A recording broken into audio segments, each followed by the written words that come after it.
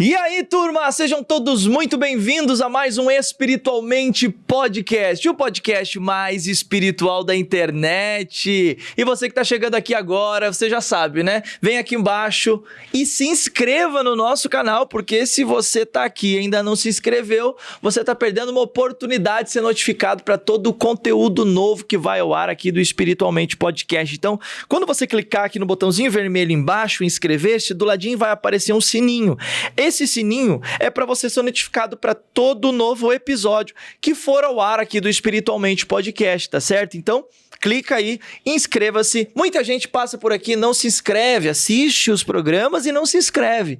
Não deixe de se inscrever. Então, clique, se inscreva e venha se tornar aí também alguém que vai estar por dentro de todos os episódios incríveis que o Espiritualmente Podcast lança semanalmente. Antes da gente continuar, eu quero falar para você que ainda não garantiu a sua oportunidade para estar junto conosco em Israel no mês de abril. Então nós temos a viagem que vai acontecer junto com o Luiz Saião em abril para Israel, tá? Muitas pessoas estão perguntando, mas Douglas, e o que está acontecendo em Israel? Bom, nós estamos em total confiança em Deus, para que Deus ele faça tudo o que precisa ser feito e a gente possa então ter as coisas se resolvendo, a gente possa ter essa viagem tranquila, mas a gente pode garantir para você que uma das coisas que a Biblos Viagens está fazendo é tomando todas as precauções de avisar, orientar vocês acerca de tudo. Então vocês podem ficar super tranquilos acerca disso, tá bom? Desde a questão do aéreo, da questão do terrestre, da questão da hospedagem. Então é só entrar em contato com eles que eles vão orientar vocês acerca de tudo que vocês precisam saber acerca dessa viagem. Não precisa ficar nervoso, preocupado, questionando, mas e a viagem? Vocês não estão preocupados com o que está acontecendo? Olha, inclusive vai ser algo que o nosso convidado de hoje vai abordar aqui, vai ser um tema muito pertinente e o nosso convidado tem propriedade, tem experiência para falar sobre o assunto e você vai gostar muito desse episódio. Agora, eu já digo para você, aponta aí o seu QR Code que está aqui na tela, o seu celular para esse QR Code que está na tela para você entrar lá na página da Biblos Viagens, ou então clica no link que está na descrição e não perca essa oportunidade de estar viajando juntamente conosco para Israel e Turquia, que é mais do que uma viagem. É como o Luiz Saião diz, é uma experiência na Bíblia em 3D. Né? Então é uma coisa muito bacana, é mais do que apenas uma viagem para conhecer Israel e Turquia. É um conhecimento aprofundado das Escrituras Sagradas, porque você vai estar aprendendo juntamente com essa viagem e conhecendo esses lugares incríveis, tá certo? Deixa eu apresentar o nosso convidado de hoje, então. Ai, meu Deus, eu preciso acertar o nome desse homem para não passar vergonha aqui na frente dele. Miha Gamerman. Miha Gamerman. Ele é o homem que tá aqui com a gente hoje, casado, pai de 5 filhos, rabino, artista, cantor, youtuber, formado em Mohel, em Israel. É Mohel que se fala? Mohel. Eu preciso aprender a falar. Mohel, em Jerusalém. Então, Miha, seja muito bem-vindo. Muito obrigado, Douglas. Por estar aqui com a gente. Estar com você aqui. Já peço perdão pelo erro no nome, é né? difícil mesmo. Vocês me conhecem, né? Vocês sabem. No hebraico, o CH tem esse fonema ha. É muito difícil, o brasileiro não está muito acostumado, né? Eu, como professor de hebraico, até com as crianças judias que já nasceram em casas judias, eu vejo a dificuldade de conseguir fazer o ha. É forte, né? Eu vejo que quando, às vezes, por exemplo, a gente tava conversando aqui nos bastidores, né? Teve o Saião aqui e teve também a Sara Maia aqui e eu aqui como entrevistador e eles começaram a falar em hebraico. Pronto. Parecia que eles estavam brigando. Tem umas... E eu aqui do lado, eu falei, meu Deus, eu preciso me dar o dom aí de entender o que eles estão falando. Mas é muito bacana, né? Porque eles falavam assim, numa tranquilidade, numa fluidez. E quando a gente vai para as escrituras, né? E a gente começa a entender, principalmente ela no hebraico, no original, a gente vai entendendo que tem descobertas incríveis ali, né? A gente vai falar sobre isso também. Agora que você já sabe quem é o nosso convidado, então compartilha aí com mais pessoas, aperta o botãozinho aí, compartilhar. Você vai ter muita curiosidade aqui que a gente vai ter revelada aqui através desse grande homem aí que veio a brilhantar o nosso podcast de hoje. Então manda para mais pessoas e vamos compartilhar essa coisa boa aí que a gente vai aprender hoje junto com o nosso amigo aqui, tá bom? A gente vai falar, inclusive, sobre também a crise do Oriente, né?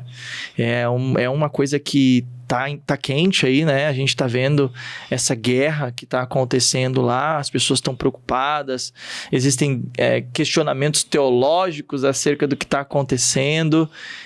A gente teve na época que a Sara teve aqui, a gente até discutiu, a gente falou bastante sobre como é a vida lá, porque ela teve um tempo lá, ela morou um tempo lá, né? O Sayão já foi mais de 60 vezes para lá e você também agora vai trazer 4 coisas anos. Curiosas. 4 anos. A gente estava conversando aqui, né? Você estava falando acerca daquilo que a gente conhece, né? Vocês que ouvem aí da Bíblia, vocês que entendem um pouquinho aí da questão histórica também e das estruturas ali de como que era feito a circuncisão. Ele estava falando aqui para mim que ele trabalha com isso, né?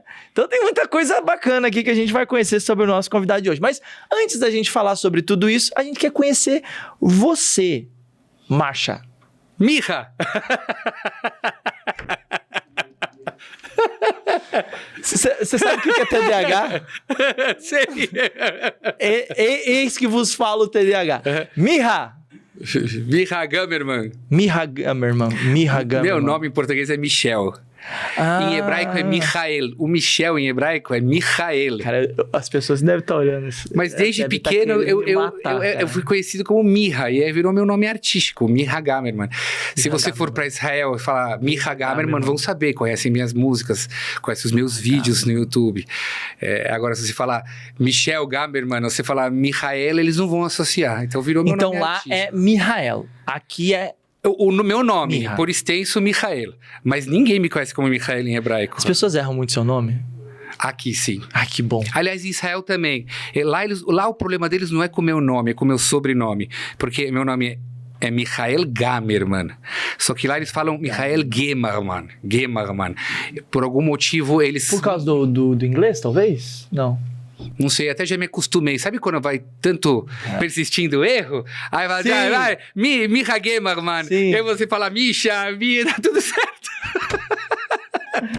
Deixa a gente te conhecer. Conta um pouquinho da sua história. Quem é você? De onde você vem? Olha, eu sou brasileiro, nasci no Rio de Janeiro. Ah, é? Carioca, apesar que eu não tenho sotaque. Mas Nasceu aonde no Rio? Eu nasci em Botafogo. Hospital acho que é um hospital religioso, né? Cristão. Foi abençoado por um padre até. Ah, é? Judeu, minha mãe recebeu a presença de um padre. E Os seus pais, os dois são judeus? Os dois são judeus, os dois já são brasileiros, mas ambos são filhos de sobreviventes do Holocausto. Os meus avós... Olha que interessante. Do lado paterno, vieram da Polônia, o meu avô mais perto de Rússia, a minha avó israelense, a minha avó materna israelense e meu avô materno belga. Sim. Ambos viveram o terror do Holocausto, vieram para cá, para o Brasil, fugindo da guerra, se estabeleceram aqui, são empresários, também muito envolvidos com a comunidade judaica, super ativistas. Eu acho que é disso que eu ficou a veia aqui, acho que dentro de mim, de estar sempre também contribuindo com o judaísmo, com a comunidade, com o povo de Israel. E como foi você se entender como judeu aqui no Brasil, né? Morando no Rio de Janeiro. Porque vocês ficaram aqui, viveram aqui a vida toda e depois você foi para lá um tempo, né?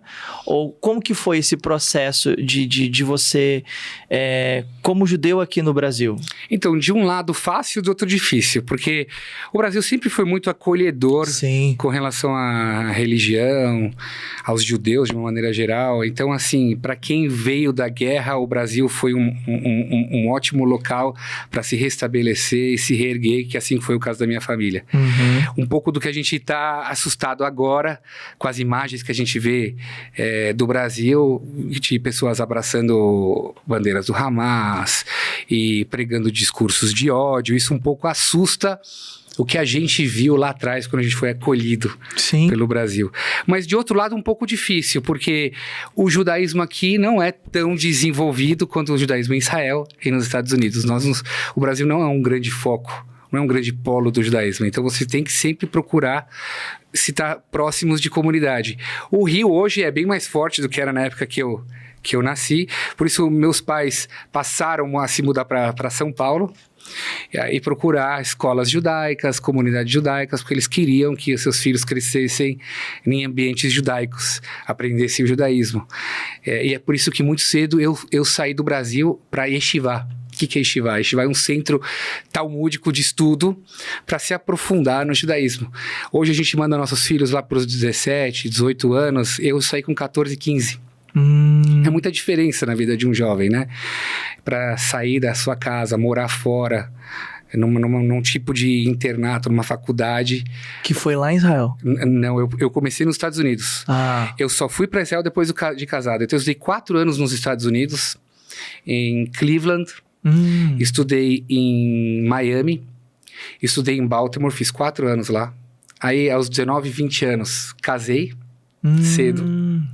E logo depois do casamento, é muito comum entre os religiosos, a gente, sabe, quer formar família, ainda casar jovem, continuar os estudos, porque por causa que ainda está muito jovem para trabalhar. E aí eu fui para Israel me formar em estudos rabínicos, e lá também eu me formei Moel, que é o profissional da circuncisão. Moel. Na verdade, isso vem já de tradição. Meu avô foi Moel, meu bisavô foi Moel, na época da Primeira e Segunda Guerra Mundial. E não passou isso para meu pai ou a geração dele, mas eu sempre me interessei, né? Visitando a casa da minha avó, olhando as faquinhas do meu avô, como é que ele fazia e tudo tal. Eu falei, puxa, não tem ninguém da próxima geração que pegou esse ofício, eu quero pegar esse ofício para mim. E comecei a estudar em Israel sobre o que é ser um moelo, um profissional da circuncisão, e me formei lá. E quando eu voltei, depois de quase 3, 4 anos morando em Israel, eu comecei a atuar aqui como um profissional da circuncisão. Então aqui também os judeus, eles fazem aqui também no Todo Brasil. Judeu, o que quer dizer judeu? Eles não vão Filho pra de mãe lá judia. pra fazer, eles fazem aqui mesmo. Não, a gente tem que ter, quando a gente fala em comunidade, a gente tem que ter estrutura para tudo. O judeu tem que ter tudo. Ele tem que ter uma estrutura para poder casar da forma judaica, se ele precisa se divorciar da forma judaica, se ele precisa enterrar um morto, enterrar de uma forma judaica, se ele precisa frequentar tudo da maneira judaica. E o Brit Milá também. Então, a comunidade tem que trazer pessoas. E, infelizmente, não tem tantas assim que fazem. Então, eu me sinto honrado em poder trazer o pacto de Abrão na pele das crianças judias. Sim, muito bom. E você hoje é casado, tem 5 filhos, né? E a gente viu ali algumas curiosidades sobre você, que além de você trabalhar com o que você trabalha, você também é músico. Como que... Onde veio essa decisão de trabalhar com a música, de atuar com a música? Isso veio até antes do Brit Milá, né? Porque veio antes? Antes do Moel, porque eu aprendi a começar a ser Moel a partir do meu primeiro filho, quando eu tava com 20, 21 anos, né? Casei com 19 para 20, 20, 21... Foi na época que você foi para lá. Foi para Israel, eu já estava começando a estudar. Mas a música, eu já nasci num berço musical, porque o meu pai sempre foi um Hazan, a gente chama Hazan, aquela pessoa que oficia as rezas na frente de todo todo mundo, canta na frente de todo mundo, na sinagoga. E a gente desde criança acompanhava ele. Então eu já aprendi o que é rezar nos dias sagrados do Ano Novo Judaico e do dia do Kippur. Meu pai também é profissional da leitura da Torá, da Bíblia. Meu avô também sempre também foi profissional do toque do shofar e tudo tal. Então eu cresci num ambiente assim, só que eu acho que eu levei adiante para uma carreira. Logo depois do meu casamento, comecei com a ideia de criar músicas, criar arranjos, me unir a grandes músicos de Israel e tudo tal, até criar meu primeiro álbum. E meu primeiro álbum estourou em Israel, as minhas músicas chegaram nas rádios, chegaram nas TVs, e aí começou uma carreira. Aqui no Brasil também fui convidado a fazer um casamento. Naquela época, casamento no Brasil significava cantar 3 horas seguidas. Aí uma pessoa veio pra mim, na minha casa, falou, eu quero que você canta. Mas eu não sei se eu consigo assumir 3 horas, eu não tenho ainda, não sou profissional. Não, eu quero você. E a partir daquele casamento, virou uma carreira, porque o nosso maior cartão de visitas é a performance, né? Você faz uma boa performance, o outro quer, e na comunidade é assim, é copy-paste. Um gostou, o outro também quer e tudo tal, e acabou virando uma carreira. Hoje eu tenho 5 álbuns, são centenas de vídeos no YouTube, desde músicas autorais até músicas que são patrimônio judaico, que eu rearranjei as músicas, e também vários vídeos educativos que eu mesclo a música com a educação para que seja usado nas salas de aula de escolas do mundo todo, né? E, graças a Deus são usados, né, em escolas do mundo todo. Muito bom. Agora, você tem atuado, né, profissionalmente aqui no Brasil também, né? Uhum. E lá em Jerusalém, você passou um período lá. Quanto tempo você passou lá em Jerusalém? Teve um período específico de 3 tempo? anos eu morei em Jerusalém. Me formei lá com estudos rabínicos, me formei lá Moel. Foi meus primeiros anos de casamento. Morei em Jerusalém, num bairro chamado Beit Vegan. Fica perto do hospital Shaarei Tzedek conhecido, fica perto do hospital Hadassah, fica mais ou menos, vamos falar assim, 10 minutos da entrada de Jerusalém, quando você está subindo para Jerusalém, naquele Kvish Echad, se chama, o Kvish 1. 10 minutos depois de entrar de Jerusalém, eu morei lá por 3 anos. De verdade, foram os melhores anos da minha vida. Por quê? Você está recém-casado, ainda você recebe uma ajuda da família, porque você ainda não tem capacidade de se autossustentar. Eu tinha meu dinheirinho dos estudos que eu fazia, das aulas que eu dava. Ainda não tinha filhos, quer dizer, meu filho veio 1 ano depois, mas ainda não tinha tanta responsabilidade que nem é hoje um pai de 5 filhos que mora no Brasil. Aqui é diferente. Mas o que fez você tomar a decisão de vir para o Brasil e não ficar lá? Por que você não quis ficar lá? Eu acho que no final todo mundo tem as origens da pessoa sempre levam ela a avaliar. Será que eu tenho que voltar ou não? Eu estou estudando agora um tema, quero Brit Milá, fazer o Pacto de Abraão. Nossa, mas no Brasil falta, não tem tantas pessoas que podem fazer isso. Eu sempre gostei dessa ideia de poder contribuir com a minha comunidade, com o meu povo. E eu sentia que no Brasil eu podia fazer isso muito mais do que em Israel. Israel tem muito de tudo, né? Apesar que hoje, se você perguntar pra mim, eu sinto a vontade de querer voltar lá, vendo os meus irmãos passando o que estão passando, pela guerra, a gente se sente, eu não consigo fazer nada daqui, o que eu posso fazer para ajudar? Eu quero ir lá e guerrear pelos meus irmãos. Mas a gente também tem ciência que a gente pode guerrear daqui, orando por eles, estudando por eles e propagando as verdades, né? Porque a gente sabe que a mídia está infestada de mentiras e manipulando a mente das pessoas. Então a gente consegue ser soldados do povo de Israel trazendo as verdades. Vamos entrar nesse tema? Vamos falar um pouquinho então sobre essa crise no Oriente Médio. Ninguém melhor do que alguém que esteve lá, né? E sabe dos desafios de quem está lá. De igual modo, a nossa perspectiva brasileira sobre aquilo que a mídia, né, passa, porque muitas pessoas que hoje estão envolvidas direto ou indiretamente, seja por um apoio, seja, enfim, uma ajuda financeira, seja um posicionamento na internet, utilizando a sua influência, Só quem realmente esteve lá vai saber o que acontece de fato, né? Porque é diferente as coisas.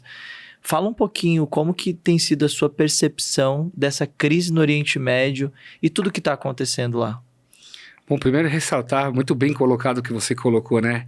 Que quando estoura uma guerra, e aí a mídia fica infestada desses conteúdos, a pessoa que está do outro lado do planeta, ela não vive, mesmo ela está até perto, mas não vive, é óbvio que ela vai começar a fazer julgamentos sem antes se aprofundar o que acontece lá no dia a dia.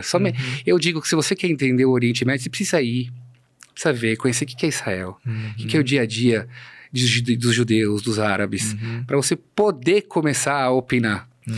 Eu morei lá, vamos falar assim, meu filho mais velho vai fazer quase 20 anos. Nossa, já estuda fora até.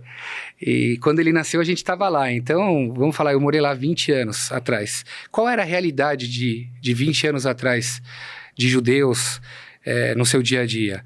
A gente escutava essa coisa de esfaqueamento nas ruas, ônibus que são explodidos por homens-bombas. Esses tipos de perseguição é coisa do dia a dia de Israel. Isso não chega na nossa mídia porque são fatos isolados e pequenos que não ganham destaque nas mídias. Mas o povo de Israel vive em constante conflito com a questão palestina. Eles querem aquele espaço para eles. Eles são o lado mais complicado de negociação. Tanto que em 48, em 47, na partilha, quem não aceitou as resoluções da ONU de partilha foram eles. Né? Então, eles, na verdade, agora eu estou falando dos grupos extremistas, eles não sentam para negociar com Israel porque eles não enxergam que existe Israel. Israel tem que ser varrido do mapa. Agora, falando dos menos extremistas, eu acho que até eles enxergam que existe Israel, mas existe uma dificuldade de se poder dividir as terras por lá. Então, isso é um problema que já se carrega por muito tempo, eu diria mais do que nos tempos de 48, 67 total. Isso aí é milenar, é bíblico, que existe esse conflito entre os filhos de Abraão, Isaac e Ismael. No nosso entendimento, que é a Torá, que é o livro, que é o documento mais antigo do mundo, e que ela é a religião que deu origem a todas as religiões. Ela diz claro que o filho da promessa é Isaac e ele que vai herdar a terra de Israel. Eles já enxergam isso por intermédio do Alcorão, que é Ismael. Então, não existe uma concordância entre árabes e muçulmanos, né? O Alcorão, ele diz o que especificamente acerca do... Não Isaac, o Ismael. Então, eles enxergam que Ismael é o filho da bênção de Abraão, e que as promessas que Deus deu para Abraão foi passadas para Ismael, e que Ismael foi aquele que foi sacrificado no Monte Moriá, e que ele se tornou uma oferenda, o filho sagrado e tudo tal, e que na Torá diz que é Isaac. Então, no Alcorão diz que no lugar daquilo que nós lemos na Torá foi Ismael. Olha que interessante. Então, eles sabem que nós também somos filhos de Abraão, mas eles são os filhos da promessa, na visão deles. E como que foi o destino de Isaac dentro do Alcorão, na visão deles? Olha, eu pouco li o Alcorão.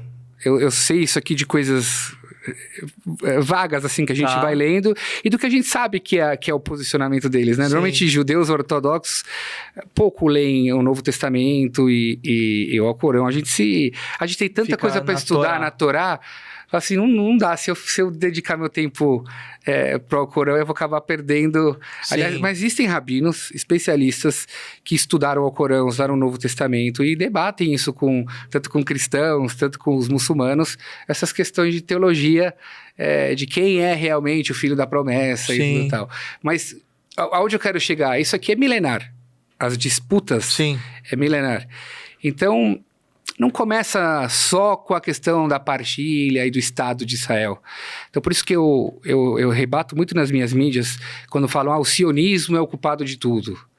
é o Estado de Israel ocupado de tudo. Não é bem assim, né? Se você olhar a fundo como pensam os extremistas, você vai ver que não é o problema não é exatamente Israel, mas sim os judeus. Eles têm ódio para os judeus. O Hamas prega a destruição do Estado de Israel e a destruição do povo de Israel, dos judeus em geral. Isso tem muita interferência política também, né? Com certeza. A gente vê hoje que tem essas questões, né? Dessa guerra de narrativas ali, do que o Alcorão diz, do que a Torá diz, e muitos acabam sendo ensinados a ter esse ódio, né? Mas isso também muitas vezes é intencional por uma questão governamental, territorial também, né? Então existem interesses, né? Aquela é uma terra que... Isso também é uma coisa milenar desejada pelo mundo todo. Você vê, tem guerra agora na Ucrânia e na Rússia, pouco se fala. Se falou por 2 semanas disso, depois some. Mas, incrivelmente, um pedacinho de terra tão pequeno, que fica no centro do globo, consegue despertar o interesse do mundo inteiro. E assim foi o tempo todo. Os impérios também sempre disputaram pelaquela terra. Todas as cruzadas, todos os movimentos de ir à terra de Israel foram porque aquela terra desperta o interesse de todas as religiões. Ela é sagrada para todas as religiões.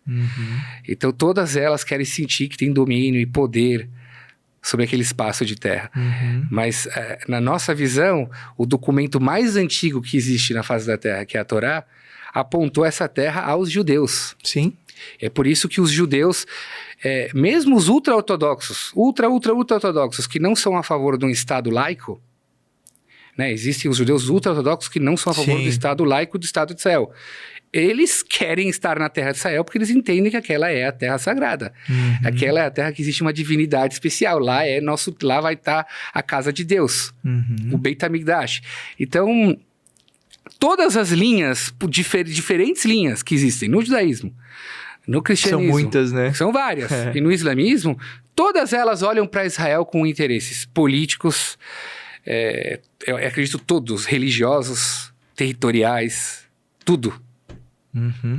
E hoje, a gente teve recentemente a vinda no Brasil do filho do Hamas, né? Certo.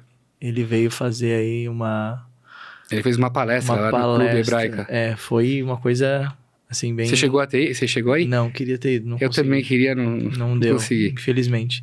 Mas repercutiu muito, assim, porque ele fez duras críticas, inclusive, ao governo brasileiro, acerca do posicionamento do governo brasileiro com relação ao que está acontecendo lá. E também ele trouxe verdades extremamente importantes. Inclusive, eu acho que tem muitas coisas na internet acerca dessa palestra dele. Quem procurar vai achar. Vale a pena. Tem um livro dele, né? Sim. Falando sobre como que a sociedade judaica enxerga esse movimento dele acerca dessa decisão dele, né? Porque ele se converteu ao cristianismo, né? Ele mora hoje nos Estados Unidos. Isso. Fala um pouquinho mais sobre como que a comunidade judaica, como que vocês enxergam. Não, hoje ele é visto como um aliado do povo de Israel, do Estado de Israel, e acho que até faz parte da inteligência de Israel, contribuindo com informações muito válidas sobre os modus operandi do Hamas. Ele nasceu naquilo, ele viu aquilo, ele aprendeu aquilo. Sim. E ele sabe poder informar qual é a maneira que eles operam para a gente poder se prevenir e também caçar esses caras. A gente vê a dificuldade... Eu costumo dizer assim, a gente pode ver um terrorista amador e um profissional. Eles beiram ser bons terroristas profissionais, porque Israel já está lá quase 60 dias e não achou o túnel onde estão os reféns. Já neutralizou centenas de túneis. Mas onde está o túnel dos reféns, enfim? Olha quanto tempo se passou e ainda não se achou. Gente, é um mundo, existe um submundo embaixo de Gaza. É uma Gaza subterrânea com 500 quilômetros de túneis. Isso representa 5 vezes o metrô de São Paulo. Nossa! E Israel já achou muito, mas ainda não conseguiu achar o seu líder máximo do Hamas e ainda não achou os outros reféns. Então você vê, é um grupo extremamente forte. Eu diria assim, eu não sei se é tão forte, belicamente eles não são tão fortes, eles recebem armamento do Irã, mas eles são estão cheios dessas artimanhas.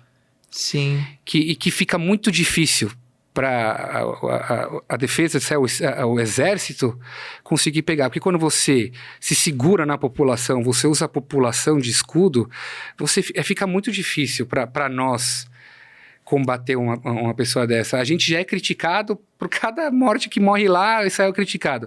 Imagina se Israel entra com uma força muito forte e acaba matando muitos civis em massa, já estão chamando de genocídio, o que vai ser então? Então a gente tá muito limitado o que pode fazer. Né? Então a gente tem que entrar por terra, isso acaba colocando nossos soldados em risco, tentar saber distinguir quem é o Hamas e quem é o civil, afinal eles também se vestem como civis. Eles se disfarçam, né? Eles disfarçam como civis, então fica essas artimanhas que eles têm, complica muito a situação. E normalmente os lugares aonde eles se concentram são lugares estratégicos, né? São escolas, creches, hospitais, lugares densos, onde tem muita densidade de população. Então, eles estão escondidos entre as pessoas. E aí, quando você entra lá para tentar, você não tem como achar esse pessoal. E as pessoas, muitas vezes, cooperam com eles. Algumas porque compartilham do mesmo pensamento, e né? Outras por da medo. mesma cosmovisão. E outras por medo, porque se eles não fazem, eles morrem, né? Exato. Então, é uma situação muito delicada, porque a população é refém. É refém emocionalmente, né? Por conta dessa ideologia desses extremistas. Porque eu, assim, agora falando como mero espectador, né? Aquilo que a gente vê na internet, aquilo que a gente vê por vídeos, enfim. Eles têm como se fosse uma grande honra e um grande privilégio, seja bebê, seja adulto, seja idoso, morrer diante de uma guerra como essa. Para eles, é como se fosse um mártir, né? Então, olha, meu marido se tornou mártir, meu filho se tornou mártir, o meu bebê se tornou mártir. E isso se torna um desafio muito grande, né? Para que você possa combater isso, porque como mudar a mentalidade dessas pessoas? Essas duas grandes culturas também colocam em grande divergência a cultura judaica da cultura muçulmana extremista, que a cultura judaica é o viver por viver, a gente tem que viver, cada segundo de vida representa o mundo todo. Tanto que a gente tem que tomar cuidado na hora de desligar uma máquina de uma pessoa que está doente, que os médicos falam, nossa, mas ela vai morrer.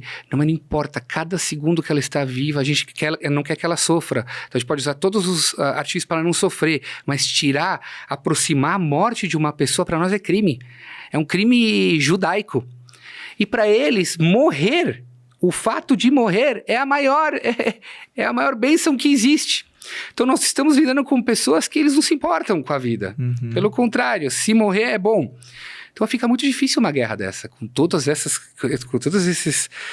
premissas que a gente colocou aqui na mesa, como guerrear, né? Então é fácil para o nosso presidente subir lá no púlpito e falar para todo mundo, não, o que Israel faz é terrorismo. Não, de repente ele concordou que o Hamas fez é terrorismo, mas o que Israel fez, ele diz que é mais terrorismo. O que ele faria como chefe do executivo? Como ele orientaria o exército dele se ele tivesse um país vizinho que agisse da mesma forma? Como ele faria? Como ele protegeria a sua população quando a gente tem essas coisas que a gente colocou na mesa aqui? É muito difícil.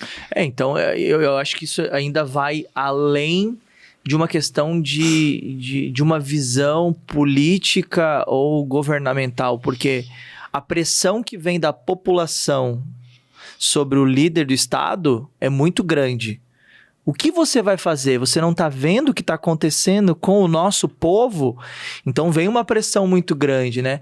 E a gente entende que aquilo que acontece hoje aqui no país, nos nossos líderes que atualmente exercem o poder sobre nós, é uma narrativa, né, intencional, estratégica, de alianças, e que não tem interesse nenhum com o que está acontecendo em se posicionar a favor, por exemplo, do lado de Israel, né? Olhando para uma perspectiva agora política.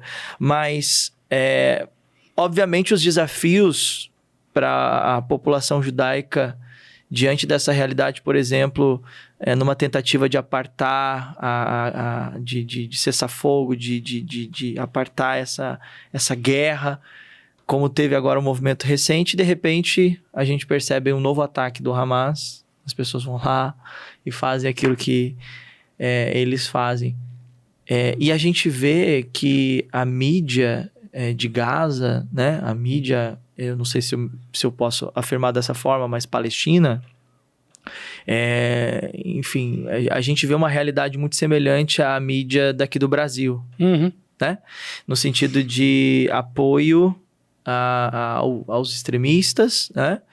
Como a gente vê aqui no Brasil, algumas mídias apoiando o atual governo e seus planos e suas estratégias com um objetivo maior. Porque o que a gente vê hoje é que essas lideranças do Hamas, né, agora num ponto de vista psicológico, são psicopatas, são narcisistas, né? São pessoas são pessoas disfuncionais e que, numa perspectiva agora espiritual, tem ali uma projeção maligna diante de tudo aquilo que eles estão fazendo. Porque como que a gente enxerga, por exemplo, alguém que diz, olha, vocês têm que morrer pela causa, só que eles estão lá em Dubai, eles estão lá no Catar, nos grandes lugares luxuosos, e as pessoas estão ali passando fome, as pessoas estão passando necessidade, morrendo com doenças, uma extrema pobreza e necessidade. Como que vocês conseguem lidar com isso de uma maneira a se comunicar com as pessoas para ajudar as pessoas a enxergar isso? Porque é muito difícil. As pessoas não têm acesso à informação, né? Já começa por aí.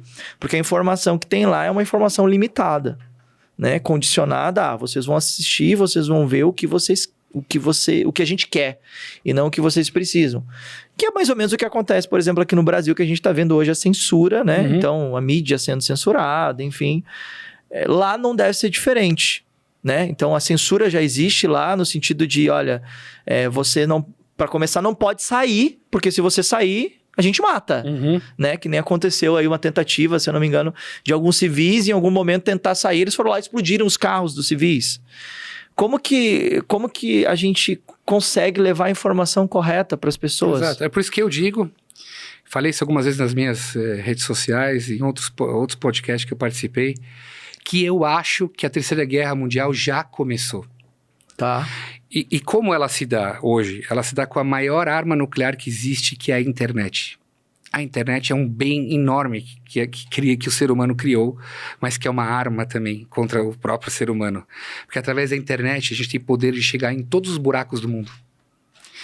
E através da força que a gente coloca nessa internet, a gente consegue manipular a mente das pessoas. Então o que a gente está vendo hoje no mundo é um mundo dividido de ideias por intermédio de suas mídias, de suas redes, e as pessoas que estão no meio estão confusas.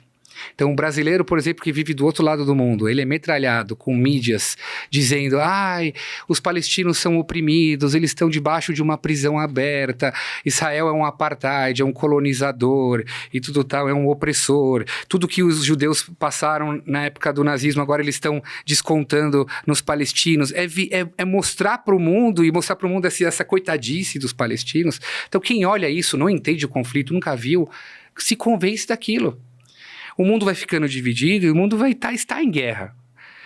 E não falta muito para, de repente, materialmente, né, em questão de exércitos acontecer isso. Eu acho que a gente tá acontecendo um problema lá com o Hamas. Também está acontecendo lá no norte com o Hezbollah. Também um pouco já tem atritos com o Iêmen e tudo tal. Se essas coisas vão se alastrando... A gente vê Rússia, Ucrânia. A gente já começa a ver um negócio regional. Se isso começa a chegar no Irã, que nós vamos já o negócio assusta, aí a gente já está falando de uma guerra mundial mesmo. Mas como uma guerra mundial começa? Com essas diferenças, com essas narrativas. Né? Joseph Goebbels, que foi o ministro de Hitler, na época da guerra, ele dizia que uma mentira contada várias vezes se torna uma verdade. É assim que ele conseguiu introduzir nas pessoas essa mente nazista, o ódio para os judeus, o ódio para as minorias. Quando você vai introduzindo através da mídia. Então, quem tem a mídia na mão tem a maior arma nuclear. Assim eu penso, e é isso que a gente está vendo que está acontecendo. As pessoas saem na rua defendendo a bandeira da Palestina, infelizmente até a bandeira do Hamas, a gente está vendo na Paulista, dizendo, não, mas eles são coitados, Israel está matando, porque eles estão vendo na internet o quê? As bombas caindo lá, e as pessoas morrem, mas você tenta entender todo o conflito, tudo que tem em volta do conflito. Já nem se fala mais nos ataques de 7 de outubro. Já se esqueceu. Ninguém fala mais que crianças foram degoladas, que mulheres foram estupradas, que pessoas foram executadas, pais na frente de filhos, filhos na frente de pais. Mas é assim que tudo começou e não se fala mais nisso. Então é o interesse da mídia de colocar o que ela pensa para a sua população, né? A gente sabe, pode ver na história, todas as linhas governamentais que vão para o lado da esquerda, pensam mais para a esquerda, vão funcionar desse jeito. Os seus governantes vivem a riqueza, a população vive na pobreza, os governantes prometem coisas boas para conquistar a população continua na miséria, eles continuam na riqueza, eles sempre vão jogar com a mídia, vão apelar. Ai, olha como meu povo tá coitado, olha o que a gente precisa fazer e tudo tal, quando no final são eles que estão oprimindo o povo deles. E é exatamente assim que o Hamas opera. O Hamas é muito mais forte que Israel no que diz respeito à mídia. No que diz respeito a se maquiar, a fazer o show. Isso eles são muito melhores que o Estado de Israel. E é por isso que eu digo assim, eu também falo isso muito nas minhas mídias, a importância de todo mundo que sabe a verdade, que estudou a verdade, que tem um pouco de conhecimento, compartilhar, curtir, comentar, porque é a forma que a gente tem agora para mostrar para as pessoas que não é assim como está sendo falado na mídia manipuladora. Segue a dica dele, vem aqui embaixo, aperta o botãozinho aí, ó, de compartilhar e compartilha, porque a gente tá só começando, a gente vai falar muito mais aqui, então manda para mais pessoas, convida aí, manda para os grupos da sua igreja, manda para os seus amigos, familiares, é só apertar o botãozinho aqui embaixo e compartilhar, não custa nada, é rápido e você tá levando uma mensagem, uma informação correta, assertiva, sem viés ideológico ou qualquer coisa do tipo, porque a nossa intenção aqui, o nosso objetivo é informar e passar a informação correta com base naquilo que realmente está acontecendo e não naquilo que muitas vezes está sendo manipulado pela mídia, que tem o interesse em passar uma informação distorcida para que ela possa alcançar o objetivo dela, que é nem sempre o melhor, né? Agora, eu sempre falo, a fórmula é C3. C3, curtir, compartilhar, comentar. Pronto, aí, ó. Curta, comenta, compartilha. Pronto, vamos lá. Bom, eu tenho uma curiosidade. A gente sabe que Israel, a nível de inteligência, ela já estava preparada para muitos desafios, né? A gente tem o domo de ferro lá, que, enfim, qualquer coisa que tenta entrar lá, que venha da parte do inimigo, não vai conseguir prosperar, né? E aí a gente, de repente, tem uma surpresa do Hamas conseguindo entrar em Israel como se Israel fosse o pintinho da galinha que não tem proteção. Como assim, gente? Isso ficou uma coisa meio que sem resposta para mim. Não sei como que as coisas elas caminharam depois disso. E talvez você saiba nos dizer o que aconteceu, mas como houve essa falha e o que aconteceu? Qual foi o diagnóstico? Qual foi a resposta que foi encontrada para essa pergunta? Olha, eu te digo que essa pergunta é a pergunta que todos nós estamos fazendo, inclusive lá em Israel, já é tema de debate no Senado, entre os políticos e tudo tal. Mas tudo que a gente for falar nesse momento... É especulação. É uma especulação, porque isso é uma coisa que tem que ser estudada e tem que ser provada, senão tudo que a gente vai estar esbarrando na mentira também, né? Já vi versões que Israel soube disso 2 anos antes e que deixaram porque tinham interesses políticos também. Infelizmente, Israel, até o dia do Kippur, a guerra estourou alguns dias depois do Kippur, né? Numa festa chamada Simchat Torah, a festa da Torá. Até o Kippur, Israel vivia quase uma guerra civil entre a sua população, né? Uma guerra entre a sua população, por causa de direita, esquerda, reforma do Supremo e tudo tal. Então, existe a especulação que a gente fala, tinha interesses políticos por parte de alguns de Israel que isso acontecesse. Se eu falar isso, sem falar, não é isso, eu provavelmente eu estou correndo risco de se equivocar, não mentir, de porque, se equivocar. Como o próprio Bibi Netanyahu falou, isso vai ter que ser estudado a fundo, e se precisar, eu vou ser culpado também por ter negligenciado de alguma coisa, ele até mesmo que me estudem, que averiguem tudo, tá tudo aberto para tudo ser visto, mas isso é uma coisa que vai precisar ser estudado por anos. Como é possível que, acho que foram 3.000 terroristas entraram da maneira que entraram, agiram da maneira que agiram, e Israel ficou como se fosse desprovido, total. Como você falou, como se fosse um pintinho apanhando. Eu, como religioso, tendo a dizer que acredito que tudo vem dos céus. E isso não é especulação, isso é certeza. Que Deus, quando vê o povo desunido, desagregado, isso ele já disse nos seus escritos, na Torá está escrito isso. Deus, ele é o pai que castiga também. Né? Eu já discuti com vários líderes religiosos que falam, não, mas Deus é amor, não pode fazer isso. Não é verdade. O Deus que é amor também é punir. A gente sabe que amor é punir. É óbvio que amor é mostrar muito mais afetividade. E isso Deus tem com a gente. Mas vai ter momentos que Deus vai punir. E eu não lembro uma época tão ruim dentro do povo como estava sendo no período pré-guerra, com brigas de rua, com pessoas se xingando. E só, gente, nós somos do mesmo povo. E nosso povo é referência no que se diz respeito ao amor ao próximo. É nossos preceitos. Está na Torá. E a guerra, de certa forma, une, né? E a guerra uniu muitas pessoas. Nós falamos, não, vamos juntos vencer. A gente descobriu que o nosso inimigo não é o nosso irmão que está dando o nosso vizinho do lado, mas sim o vizinho de terra, aquele lá que tá querendo te roubar da gente a terra, que a gente quer acabar com a gente. Então a gente tem que se unir para acabar com eles. E eu acho que Deus tem esses passos que às vezes ele dá chamados para o povo. Vejam, vocês precisam se unir. Vocês estavam desagregados, se unam, porque o inimigo de vocês é outro. Então essa é a minha visão, que eu acho que essa não vai esbarrar em nada de mentira. Essa com certeza está fundamentado na nossa Bíblia Sagrada. Sim. E como que você hoje enxerga o impacto da guerra na comunidade judaica? Olha, esse impacto já é grande e vai ser muito maior, né? Que nem quando estourou a pandemia, no comecinho a gente não vai sentindo esses lockdowns e tudo tal, mas vira um efeito dominó, né? Tudo vai caindo. Eu acho que a economia de Israel já está apanhando muito e vai apanhar muito mais no próximo ano. É muito gasto também, né? Muito pra gasto. Manter uma guerra, né? Muitos funcionários que trabalhavam em grandes empresas de Israel eram esses palestinos. Que, aliás, eu acho que já não é mais teoria, isso é verdade, isso está comprovado já, que eles sabiam de tudo que eles estavam fazendo, porque eles trabalhavam para judeus, desses kibbutzim, né? Eles trabalhavam, sabiam quantas pessoas moravam em cada casa, sabiam mapas das ruas e tudo tal, então eles entregaram tudo para o Hamas, ou eram até membros do Hamas.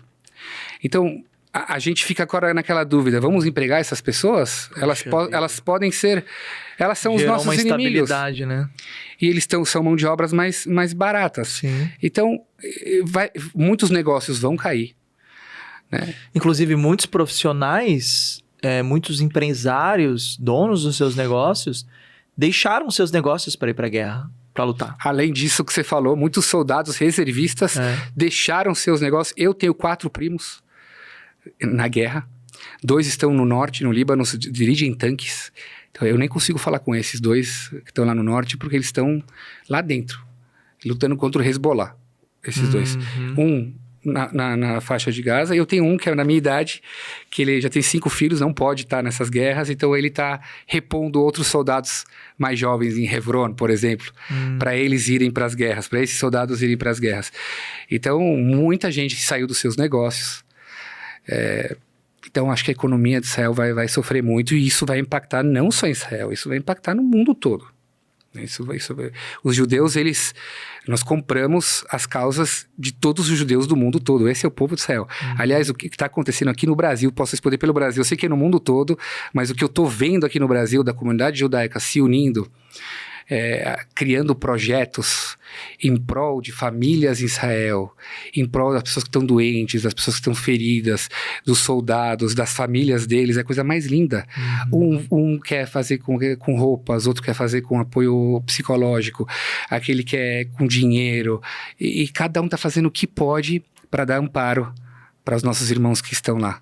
Essa é uma coisa mais linda de ver, mas ao mesmo tempo isso acaba sobrecarregando. Estou falando financeiramente, acaba sobrecarregando o sistema judaico, né? Então eu sinto que pode vir um período forte de recessão, mesmo terminando a guerra, que a gente vai sentir na questão financeira, acho que várias outras questões também, os impactos dessa guerra. Hoje, como que Israel está lidando com essa quantidade de reféns ainda que não foram recuperados? O que estão fazendo a respeito disso? Então, assim, pelo que eu vejo na mídia, muitos acreditam que o Hamas já nem tem mais esses reféns. Nas imagens que a gente viu de 7 de outubro, a gente viu muito civil pegando pessoas. E essas pessoas foram levadas, sei lá para onde, o que fizeram com ela. Então, eu acho que o Hamas não tem controle de todos os reféns, acho que não tem conhecimento, é a minha opinião. Talvez parte deles, infelizmente, já não estejam vivos, porque de uma certa forma parou as negociações. Eles estão do tempo para tentar achar essas pessoas ou corpos, então Israel fica nesse receio, né? Uns vão dizer, não, tem que continuar as negociações, fazer de tudo para devolver até o último, e os outros vão falar, não tá voltando reféns, tem que voltar com toda a força para a guerra. Então, tem essas especulações de cada lado. O que será que está acontecendo com os reféns? Estão vivos, não estão vivos? A gente dá um tempo, não dá um tempo? Eu, pessoalmente, acho que passou um dia que não tem reféns, a guerra tem que voltar. Senão, a gente perdeu. A gente está falando para eles, olha, vocês escolhem, a gente para a guerra a hora que vocês quiserem. Não funciona assim. Porque é muito de influência, né? Quem é o mais poderoso, quem tem mais influência sobre o outro, quem tem mais domínio sobre o outro, né? Então são perspectivas e visões diferentes de quem tá lá no poder, na liderança e tem que tomar decisões estratégicas, de quem tá lá no campo de batalha e de quem tá apenas observando e tendo aí as suas opiniões que muitas vezes... na maioria das vezes acaba até mesmo sendo errada. Agora, olhando para essa realidade, como que os judeus, né, lidam com a sua espiritualidade diante desse ambiente de guerra? Como que é o seu relacionamento com Deus? Porque, por exemplo, a gente tem o Sabá lá, né? Que foi, inclusive, o dia em que, se eu não me engano, foi no sábado, né? Foi o Shabat que aconteceu. Foi no Shabat. Foi o feriado judaico que caiu no Shabat. Aí é a minha curiosidade, pelo fato, como que Israel lidava com o Shabat diante desse ambiente de guerra, né? Porque, em tese, o sábado... descansa. Tem que parar, né? Até a Sara estava comentando aqui no dia que ela veio que até os elevadores, né? Lá são de Shabat. São de Shabat. São robotizados de um jeito... Para parar de andar. Mas a grande sabedoria do elevador de Shabat não é nem essa parada de parar em cada lugar. Não é essa a grande sabedoria. Porque mesmo que ele parar de uma forma automatizada em cada andar, cada pessoa que entra no elevador exerce com o seu peso... exige do motor força. Então não adianta nada o elevador parar em cada lugar. Se você tem 2 pessoas, você vai exigir mais do motor. Tá. Se você tem 3, você vai exigir mais do motor. Você está profanando o Shabat. Então a sabedoria do elevador do Shabat é que o motor dele, ele exerce a mesma energia, ele emite a mesma energia independente do peso que está sendo exercido sobre ele. Não pode entrar, então, muita gente no elevador, é isso? Não pode, até um certo número de pessoas. Tem um número limitado. Tem um número limitado. Ele não vai funcionar mais ou menos porque tem 4 ou 3 ou 2 pessoas. Porque se ele funcionar diferente, nós estamos profanando o Shabat. Olha. Se eu caso isso que é a grande sabedoria do elevador de Shabat. Porque automatizar um elevador para ele parar em cada lugar, isso é fácil. Isso qualquer empresa de elevador aqui no Brasil faz. Mas a tecnologia que Israel criou é que esse elevador, ele não vai exercer mais energia pelo fato de ter mais ou menos pessoas. E aí, ninguém está profanando o Shabat. Interessante, né? Coisa.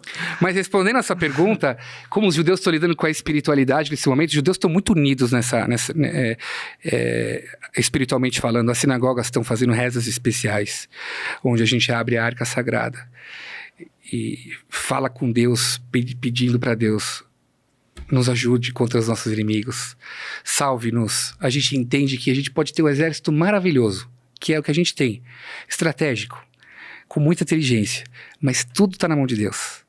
Então, todas as sinagogas, comunidades unidas em rezas especiais para a situação de Israel, para os irmãos de Israel, para os soldados de Israel, para as forças de segurança de Israel, para a inteligência de Israel. A gente menciona tudo pedindo para Deus o que a gente mais quer, paz. O povo de Israel quer a paz. Aliás, tem vários momentos da reza que a gente fala paz, paz, paz. O povo de Israel é apaixonado pela paz. A gente acredita que temos que viver com as outras nações em paz. E daí que o outro segue aquela religião, né? A gente não tem essa coisa, esse proselitismo na nossa religião. Não, você tem que pensar que nem eu. Tá tudo bem. Só deixa eu ser o que eu sou. Deixa eu poder cumprir minha Torá, minha família poder seguir os preceitos. Todo mundo pode ser como quiser, só tem que ter paz. Isso é muito importante. E também você mencionou, que responder isso, como que é esse Shabat, né? Você falou o Shabat. O Shabat é um dia de descanso. Provavelmente aquele Shabat estava tranquilo demais. Muita gente saiu dos seus turnos, não estava vigiando, mas os soldados, eles têm, por serem soldados e cuidarem da segurança, eles têm certas permissões, que isso através de rabinos têm que dar certas permissões do que soldados podem ou não fazer no dia do Shabat. Então, por exemplo, eu não posso segurar uma arma no Shabat, mas se eu sou uma pessoa que representa uma instituição de segurança, que faça segurança de um lugar e tudo tal, então eu peço uma permissão rabínica que vai estudar meu caso, para você pode ter arma, você pode exercer aquele cargo no Shabat. Eu acho que aquele Shabat deixa de ser o Shabat. Né, continua sendo o Shabat. Não, mas no caso, porque para a pessoa, né? Na verdade, não deixa de ser o Shabat. Ela vai poder fazer aquilo, o que ele precisa, mais do que se ele não pode fazer. Então, por exemplo... O necessário. O necessário. Então, se ele recebeu a permissão rabínica, que ele pode segurar a arma, então ele pode segurar a arma. Isso não vai permitir ele mexer no celular? Isso entraria muito naquilo, por exemplo, que no Novo Testamento Jesus fala acerca do animal que cai, por exemplo, no poço. E Jesus fala, olha, se o animal cai no poço, você vai deixar o animal morrer ou você vai tirar do poço? Seria algo nesse sentido, mais ou menos? Ou... Onde é essa passagem? Eu cheguei a já ler sobre isso. Eu posso encontrar aqui. Não, mas vamos dizer algo assim. Os judeus têm que fazer o Shabat. Só que o Shabat não pode ser... vamos falar assim, ó. Deus quer que a gente lembre que ele criou o mundo em 7 dias e no 7º ele descansou. Sim. Não é a vontade de Deus que a gente lembre desse dia se do meu lado tem alguém morrendo ou passando mal. Sim. Não. Deus vai dizer pra gente, profane esse Shabat. Deixe de cumprir esse Shabat, salve essa vida. Não tem nada mais importante do que salvar uma vida. Uhum. Então, se um soldado ele tá fazendo vigia, está guardando um lugar muito estratégico, importante, o que ele está fazendo é permitido fazer no Shabat, só que ele não vai poder fazer além disso. Uhum. Então, acho que vai sim ao encontro do que você falou. Eu acho que sim. Ó, vamos ver aqui. Deixa eu pegar aqui nessa linguagem, que eu acho que é uma linguagem interessante. Vou ler o contexto, tá? Naquela ocasião, Jesus passou pelas lavouras, cereal de sábado, seus discípulos estavam com fome e começaram a colher espigas para comê-las. E os fariseus, vendo aquilo, lhe disseram: olha, os teus discípulos estão fazendo o que não é permitido no sábado. Ele respondeu: vocês não leram o que fez Davi quando ele e seus companheiros estavam com fome? Ele entrou na casa de Deus e, juntamente com seus companheiros, comeu os pães na presença, o que não lhe era permitido fazer, mas apenas aos sacerdotes. Ou vocês não leram na lei que no sábado os sacerdotes no templo profanam esse dia e, contudo, ficam sem culpa? Eu lhes digo que aqui está o que é maior do que o templo. Se vocês souberem o que significam essas palavras, desejo misericórdia, não sacrifícios, não teriam condenado inocentes, pois o Filho do Homem é Senhor do sábado. Saindo naquele lugar, dirigiu-se à sinagoga deles e estava ali um homem com uma das mãos atrofiada, procurando motivo para acusar Jesus. Ele curou ele. E ele perguntou: é permitido curar no sábado? E ele respondeu: qual de vocês tiver uma ovelha e cair num buraco no sábado, não irá pegá-la e tirá-la de lá? Quanto mais vale um homem do que uma ovelha, portanto é permitido fazer o bem no sábado. Então ele disse ao homem: estenda a sua mão, e aí pronto, ele curou. Eu acho que vem ao encontro disso, né? Mais ou menos. A gente faz uma outra live em relação a isso, porque não é 100% judaica essa visão. Assim, eu posso profanar o sábado, mas dizer que eu sou senhor do Shabat, nós judeus não acreditamos que nós somos senhores do Shabat, ao ponto de, eu quero fazer o bem, eu vou salvar um animal e profanar o Shabat. Não é bem assim. Eu posso salvar a vida de uma pessoa que corre perigo, ou ela precisa ser atendida, por isso pode deteriorar a saúde dela, isso sim. Mas para nós, tudo isso está num código de leis. Judeus, eles são movidos, judeus que seguem a religião, eles são movidos pelo código de lei chamado Shulchan Aruch, que a tradução literária dele é mesa posta. Nessa mesa posta, que é um livro, tá todas as leis do que um judeu pode ou não pode fazer. Então, tem coisas que eu posso fazer num Shabat, tem coisas que eu não posso fazer num Shabat. Esse livro, ele é tirado, as informações que tem nesse livro é tirado da Torá. Eu vou te dizer, esse livro foi escrito mais ou menos 500 anos atrás por um homem chamado Rabbi Yosef Karo, e ele compilou num livro anterior ao Shulchan Aruch, chamado Beit Yosef, ele compilou as várias ideias de sábios que vieram antes que ele. Agora eu me refiro a sábios da época de Maimônides, como por exemplo Maimônides, que é com certeza um dos mais conhecidos, e que esses sábios, Maimônides, como outros da geração dele, trouxeram a lei do Talmud. Talmud. É a lei oral que foi compilado mais ou menos 300 anos após Jesus. Mas foram todos os estudos de sábios que estudaram a Torá e trouxeram todas as revelações que Moisés passou para as próximas gerações de uma forma oral. Então, nós judeus acreditamos que existem duas Torá. A Torá escrita e a Torá oral. A Torá oral explica a Torá escrita. Para nós, não tem como compreender a Torá escrita 100% se você não está apegado na Torá oral. E Deus deu para a gente no Monte Sinai as duas Bíblias. Só que a Torá escrita por escrito e a Torá oral, no primeiro momento, não podia escrever. Porque ele queria essa coisa de passar de geração em geração. Pai para filho, passe essa Torá oral. Até que veio um grande rabino chamado Rebbe, que era um príncipe, era um presidente, era um homem incrível, que ele começou a perceber, gente, se eu não escrever a Torá oral, ela vai se perder. Porque tudo que é passado por boca vai perdendo a essência. A essência vai sendo alterada de alguma forma, por interpretação, por a forma de alguém passar diferente. É o famoso telefone sem fio. O telefone sem fio. A Rebbe compilou as Mishnayot, que foram as primeiras discussões dos primeiros sábios, ainda da época antes, vamos falar assim, antes da destruição do Segundo Templo. que começaram a discutir as leis orais. E aí, pós esses sábios, vieram a época do Talmud, que discutem sobre as primeiras discussões dos primeiros sábios. E assim foi passando através do Talmud, e o Código de Leis é uma compilação do Talmud, que é a lei oral, que é a Torá oral que explica a Torá escrita. Então, por isso os judeus não detêm a ideia de nós somos senhores do Shabat, fazer o bem pode profanar o Shabat. Não é bem assim. Eu posso fazer certas coisas no Shabat que eu tenho permissão para fazer, que é salvar uma vida, ou não permitir uma pessoa que deteriorar sua saúde, que isso pode ser muito ruim.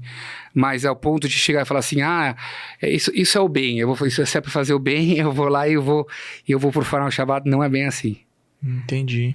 Tá bom. Aqui quem tá falando no caso, pelo que eu entendi, né? Aqui no texto é Jesus, o próprio Jesus falando. Que ele tá dizendo que ele é o Senhor do sábado, né? Que ele é o Filho de Deus, ele é o Senhor do sábado. Então isso, por exemplo, essa é uma linha que nós judeus não enxergam ele como Filho de Deus. Por causa disso, porque... Na verdade, eu acho que foi isso que gerou muito conflito, né? Ele se posicionar como Filho de Deus, né? Como Deus. Na verdade, a gente acredita que todo mundo é filho de Deus, e isso não faz ele ser diferente ao ponto de poder falar, não, eu sou o Senhor do Shabat e tem que ser assim.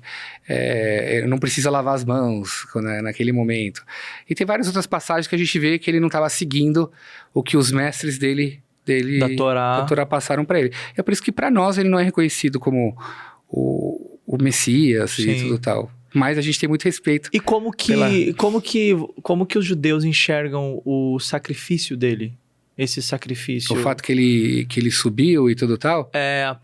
Desde a parte da condenação até a parte da morte e ressurreição. Então, a gente acredita que ele sim morreu, sim foi assassinado, né? Mas a gente não acredita nessa coisa que ele subiu e que ele vai voltar e que ele de repente sumiu do local. Isso a gente não acredita. Entendi. Para nós existe essa coisa de ressuscitação de mortos. Quando o Mashiach vir, vai ter ressuscitação de mortos. A gente também acredita em Gilgul, que é o voltar das almas para o mundo. Isso também existe, está pautado no judaísmo. Mas a gente não acredita que por intermédio de Jesus, ele subiu e vai ter uma segunda vinda e que ele vai ser o Messias. Para nós, o Messias tem que ser um homem de carne e osso, que é homem, que não é Deus, que está vivo e que está na nossa geração e que vai nos redimir. Vai trazer a salvação, vai trazer paz no mundo. Isso para nós é um pré-requisito. O Messias vai trazer paz entre as nações. E o que a gente está enxergando não é isso. Então, para nós, esse período agora, ele é um período pré-messiânico. A gente acredita que ele deve estar para vir, trazer salvação, paz e amor para o mundo. É muito louco, né? Porque os cristãos, eles entrando... eu não vou fugir do tema. Meu diretor já me cobrou para eu voltar pro tema. Mas é que eu sou curioso. Tem que ser outro podcast.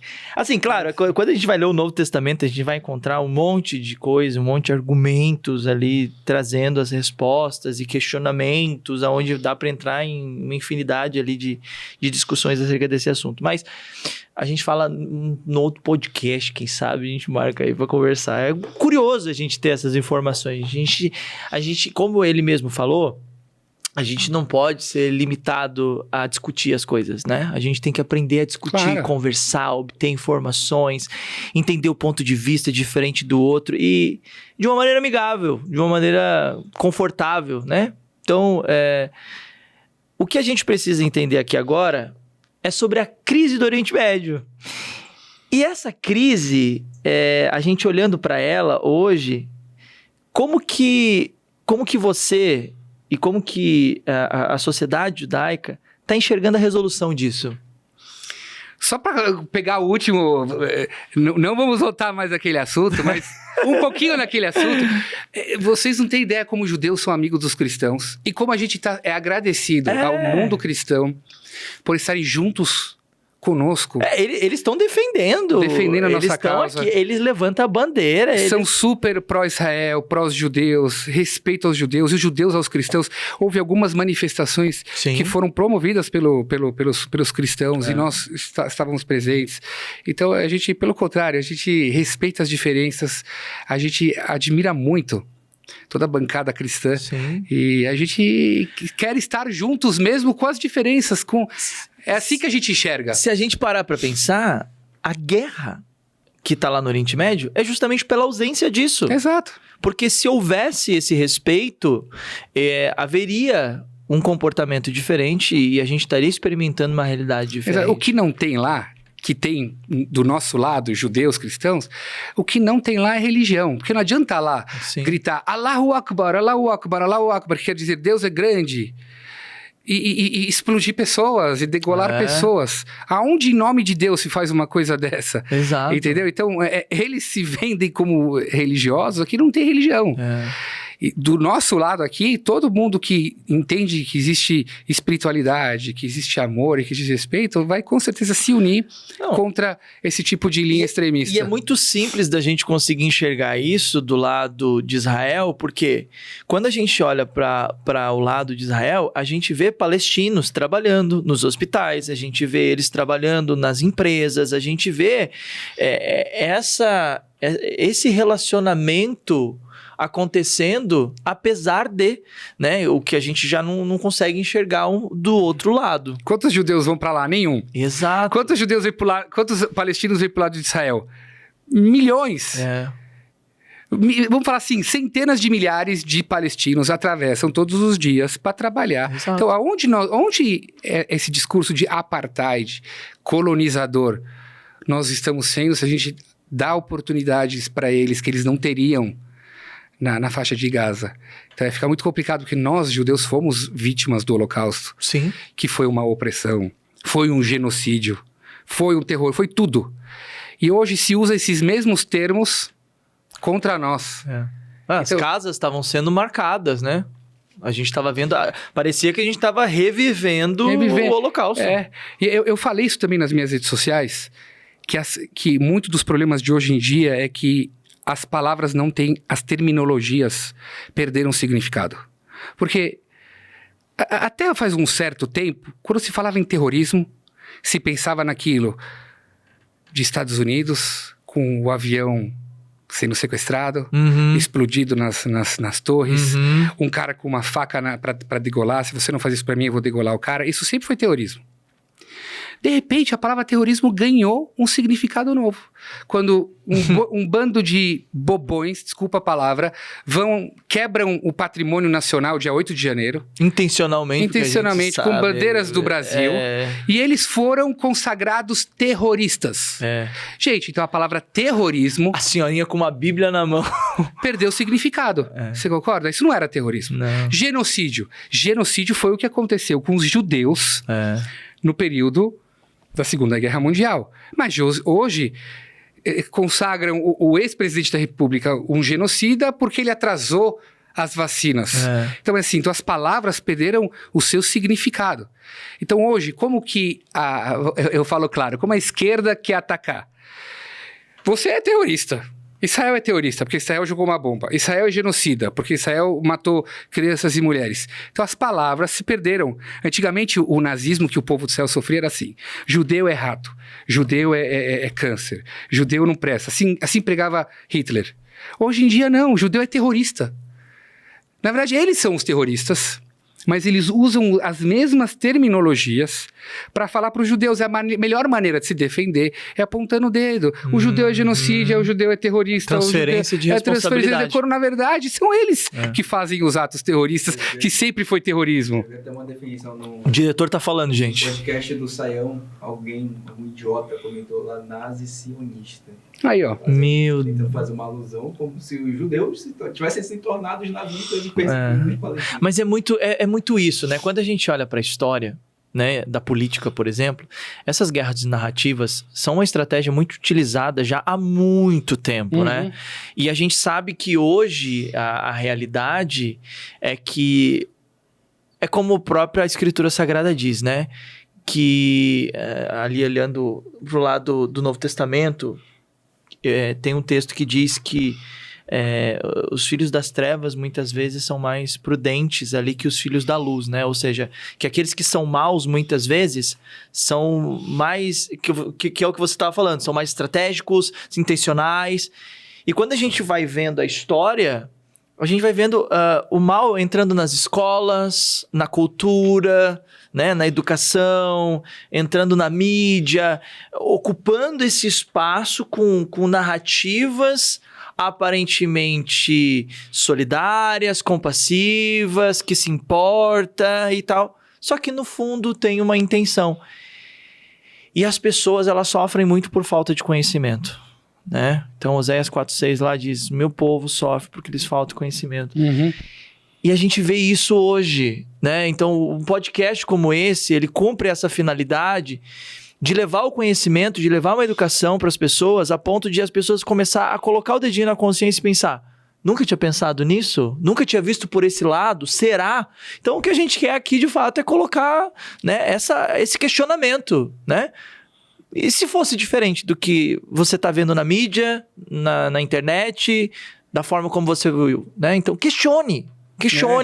Né? Não aceite tudo, né? Um grande questionamento que a gente tem que colocar aqui na mesa, que vale a pena todos vocês se questionarem, é assim, vamos tentar entrar na cabeça desse pessoal do Hamas. Será que eles não acharam que Israel ia dar uma devolutiva como deu? É de se pensar, né? O que eles pensaram no dia 7 de outubro, quando eles invadiram, eles passaram as fronteiras, mataram a quantidade de pessoas. Eles acharam que eles iam voltar vivos. Eles acharam que eles iam voltar para suas famílias. Eles acharam que Israel ia dar uma devolutiva. Eu vou dizer o que eu penso. Eles sabiam que Israel ia responder com força. Eu acho que não com essa tamanha força, porque Israel está respondendo com muita força. E eles já estavam preparados para usar o quê? O poder bélico da internet. De se vitimizarem perante a sociedade, dizendo, nós somos os oprimidos, nós não temos terra, eles nos tiraram a terra, eles são os opressores, eles são para ter apoio popular. É óbvio que eles foram estrategistas a esse ponto, assim, nós vamos conquistar o mundo inteiro com essas narrativas, porque não é possível que um coelho vai atiçar um leão, você não vai ver isso na natureza. Com certeza. Você não vai ver na natureza um coelho que vai atiçar um leão. E eles atiçaram o leão. Qual foi a estratégia desse coelho? De se fazer... Eu não sou só um coelho, eu sou um rato. Eu sou uma formiga. Eu preciso de apoio. Só que eu acho que eles não esperaram. Eu acho que eles... Eu vou falar, é o que eu penso. Eles esperaram que o Irã fosse mais presente do que está sendo.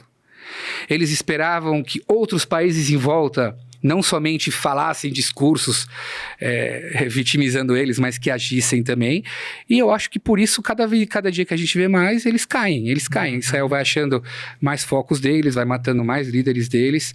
E se Deus quiser, que possa acabar com eles, né? Que esse é o verdadeiro objetivo. Eu vejo que eles são muito marionetes, né? De um poder, muito maior, né? Eles são marionetes. Eles são o Hezbollah, os peões de um jogo de xadrez. Exato. Né? Que é o eles Irã. são os peões de um jogo de xadrez, né? Exato. Que é o Irã. E, obviamente, os seus aliados, né? Outros parceiros também que têm as mesmas intenções.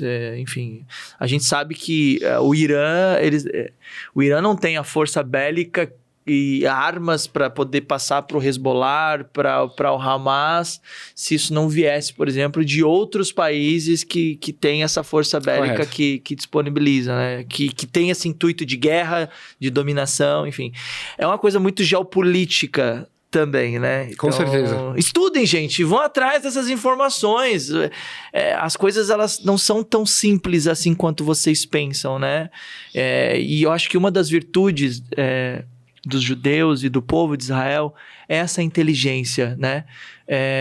Porque essa inteligência, ela tem uma nascente, né? Ela tem um lugar da onde essa sabedoria, esse conhecimento vem.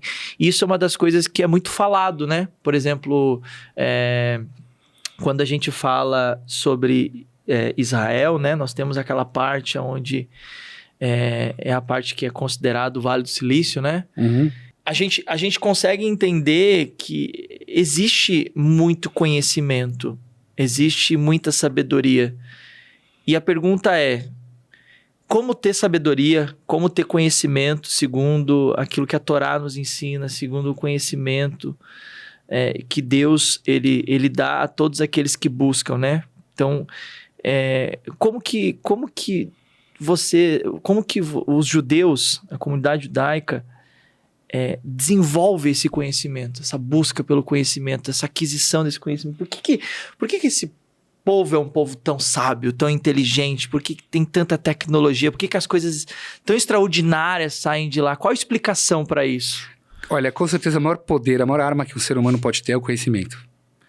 Porque o conhecimento, não dá para tirar um conhecimento de uma pessoa. Você mata ela. Não, você deixa ela inconsciente, você tirou ela do seu conhecimento. A maior arma de um ser humano é o conhecimento. E nós acreditamos que para se ter conhecimento, precisa perseguir esse conhecimento. Né? E como você persegue para adquirir o conhecimento? Estudando. Então nós somos o povo do livro.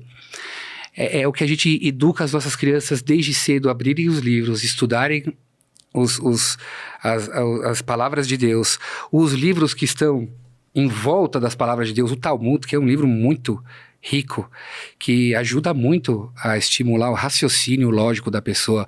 O livro do Talmud parece uma sessão eu não vou nem comparar, porque é muito acima, mas uma sessão de um tribunal discutindo uma lei, sentenciando uma lei. Não, você não pode dizer isso, porque você já disse isso a semana passada, você disse diferente. Como você pode falar isso? Não, mas eu vou te trazer uma prova para cá. Não, mas eu tenho uma contestação. Não, mas eu vou te trazer uma outra fonte para me apoiar as minhas, a minha sustentação.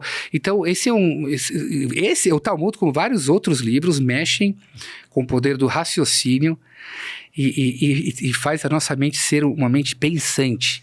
E eu acredito que um ser humano, que ele deixa de ser uma mente pensante, um dia ele vira um demente. Por isso, todos os dias tem que estudar. Todos os dias tem que se aprimorar. Senão você vai para trás. A gente acredita que sim, um dia não estudando é 2 para trás. 2 dias não estudando é 4 para trás. Vai ir numa progressão geométrica. Então eu acredito que por causa disso, judeus têm essa inteligência. Uhum. Acho que é um presente de Deus também, porque tudo também é de Deus. E também acho que essa inteligência que tem em Israel é por conta de tanta perseguição e tantos inimigos em volta, que para você ter um exército bem estruturado, você precisa ter esses olhares para os seus vizinhos. Então, automaticamente, eu não sei que país tem tantos inimigos em volta como Israel. Nós somos um país judaico-democrático, acho que em volta de 22 países árabes. Nenhum é nosso amigo. Mesmo que, tá tudo bem, Arábia Saudita, acordo ali, bababá, Jordânia, mas no tem final das contas, atrás, a pulguinha atrás da orelha, a gente sabe o que a gente passou lá em 67, 70, a gente sabe o que a gente passou. Então, Israel vai precisar dessas mentes pensantes em prevenir o seu país ser atacado. Né? Que nem existe a medicina preventiva, que a gente não precisa chegar na doença, não chegar no problema, então a gente já se cuida. Israel trabalha muito nessa ideologia de prevenir o seu povo de entrar em situações de perigo. E é por isso que o Domo de Ferro, e é por isso que a gente tem bunker, são várias estratégias que a gente faz de defesa. E o exército de Israel se chama IDF, Israel Defense Forces. Nosso Israel, ele é chamado um exército de defesa. Os bunkers eram os lugares onde o pessoal estava se escondendo, né? Diante da perseguição. Como que é esse bunker? A estrutura dele é rígida, é muito forte. Né? As casas em Israel...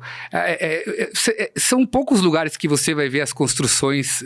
de países, estou falando grandes países. Só no Brasil tem essa alvenaria do jeito que faz. Você vê nos Estados Unidos se faz... Alvenaria destrutível, extremamente frágil. Nos Estados Unidos as casas são de papelão mesmo, mas é incrível. Se constrói mais rápido e o aquecimento funciona bem melhor do que aqui. Delícia, eu fui pra lá. Você se sente quente, tem todo um isolamento. Eles sabem fazer as coisas. Então, aquele bunker, ele sim é construído com uma estrutura forte, que tem ferros dentro. Ele é grosso. Mas é uma casa? Um quarto. É um quarto. Nem todas as casas têm, as muito antigas não tem, mas hoje, todas as casas, é lei, que todos os prédios que se erguem um prédio tem que ter um quarto, que é o Heder Memugan. Quando toca, todo mundo precisa entrar nesse quarto. Inclusive, nessa guerra já apareceu imagens de um míssil, que acho que veio de asa, não sei, e que destruiu a casa, mas mostrou como intacto o bunker, o quarto mesmo lugar protegido, ele estava intacto. Então, as pessoas que estavam lá dentro saíram vivas, que não aconteceriam se não tivessem escutado as orientações, respeitado as sirenes. Então, olha quantos artifícios a gente tem. Tem as sirenes, tem os bunkers, tem bunkers Clalima, a gente chama, são os coletivos, às vezes você não tem. Às vezes não tem dentro de um apartamento, mas pode ter num bairro ou num quarteirão. Então tem bunkers coletivos. Tem o domo de ferro. Agora se fala num domo de ferro movido a laser.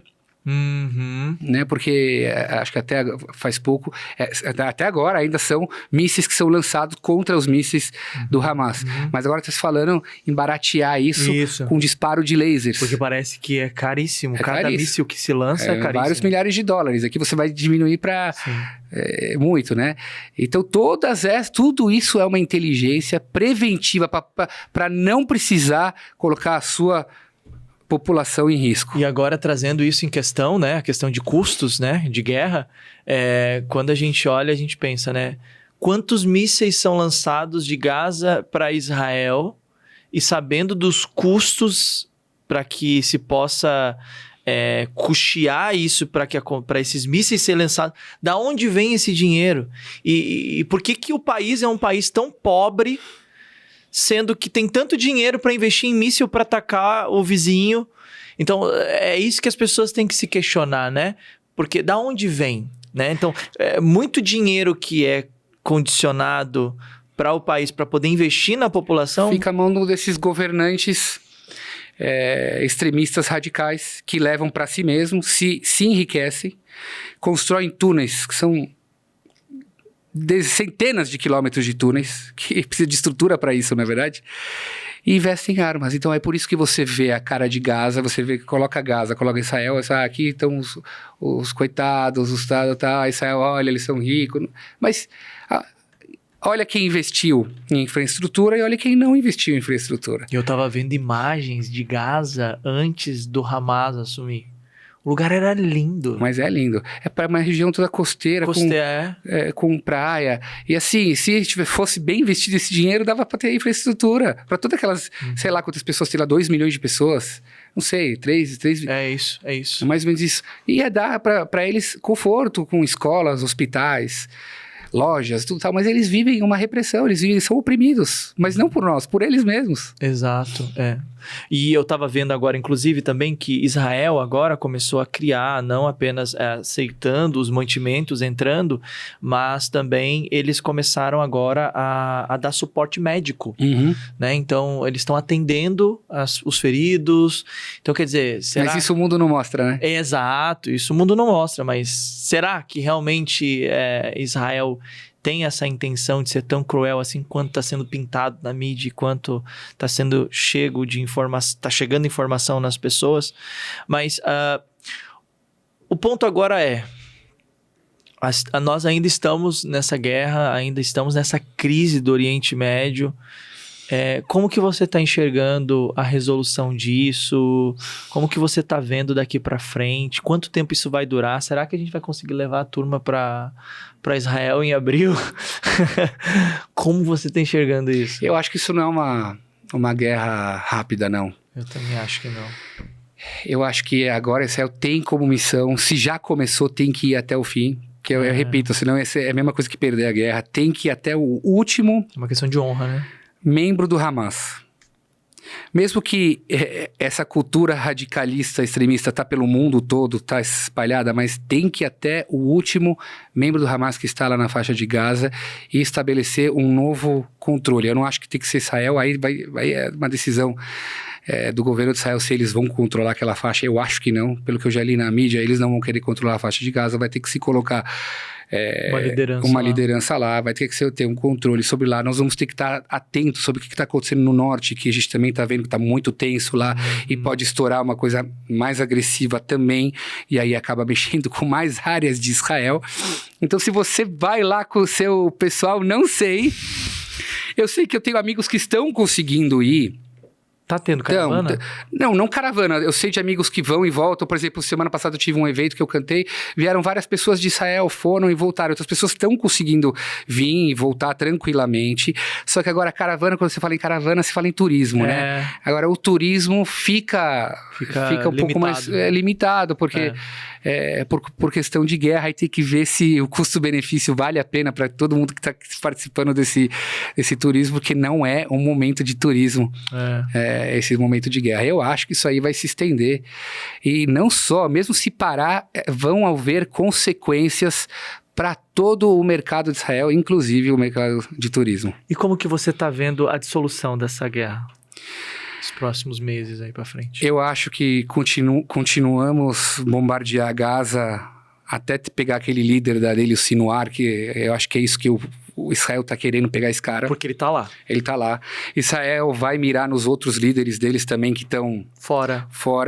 Mas eles estão liderando de fora, né? Esse muito é o problema, difícil, né? Muito difícil. Mas eu acho que Israel vai mirar pegar esse pessoal de alguma forma e ficar de olho no Hezbollah, porque se continuar essa tensão lá, vai acabar acontecendo o que aconteceu com Gaza também. Tipo, e lá é mais perigoso. Porque o Hezbollah é centenas de vezes mais preparado do que mais estruturado, belicamente falando, e tem apoio de outros. E aí também a gente vai ter que estar atento a isso. A gente tem essa preocupação o tempo todo. Eu falo falando com meus amigos em Israel, essa incógnita. O que será que vai acontecer? Vai estourar uma guerra por todo Israel? Então tá todo mundo vivendo uma insegurança, apesar que no dia a dia, fora na parte mais sul, que muita gente foi evacuada, né? Isso, a mídia também não fala que centenas de milhares de pessoas foram evacuadas do sul para as áreas mais centrais, para parentes próximos, para amigos. E eu tenho amigos que a gente está vivendo uma incógnita, não sabe se vai ser pior, se vai ser melhor, mas cada um está tocando a sua vida, isso sim.